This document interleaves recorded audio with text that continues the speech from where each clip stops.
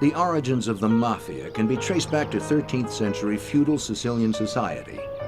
Bands of Sicilian families organized themselves to rebel against the oppressive and ruthless French invaders.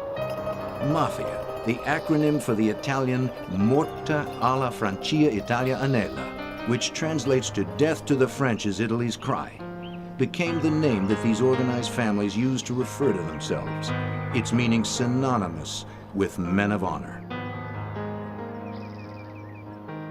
By the 19th century, the Mafia re-emerged in Sicily as a purely criminal culture, mostly hiring themselves out to wealthy landowners to oppress upstart peasants.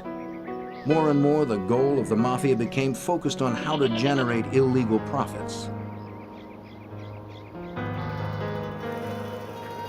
The tradition continued as waves of Italians emigrated to New York in the 1920s. Most immigrants lived in cramped and poor conditions.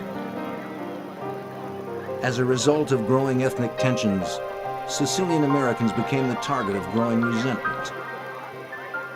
They needed Mafia protection more and more. Louis Scilero, a third-generation Italian-American, is head of the FBI's New York field office. A 23-year veteran, he is an expert on the Mafia and its intricate structure.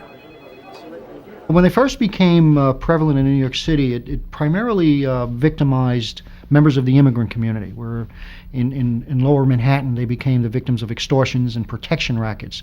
And that's how the Cosa Nostra families originally got their start.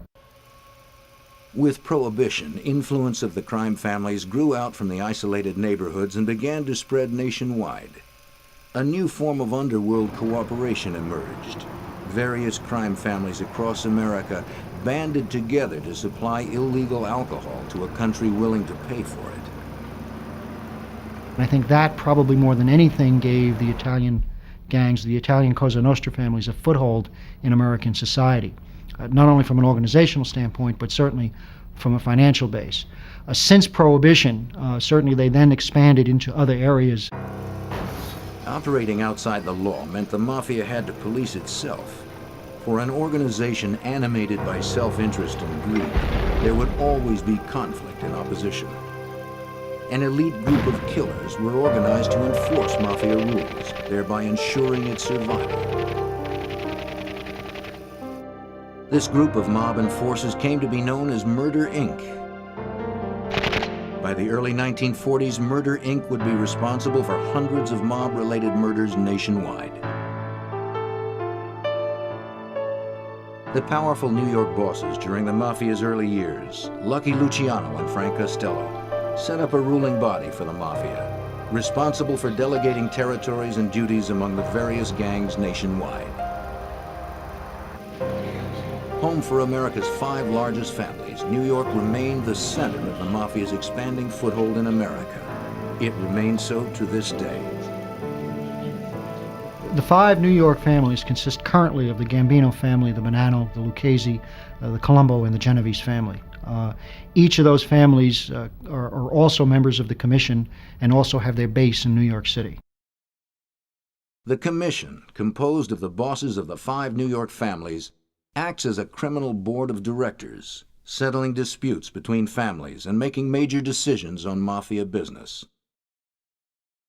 Each family is governed by its administration, comprised of the boss, the underboss, and the consigliere, or counselor, who are responsible for directing their family's criminal activity.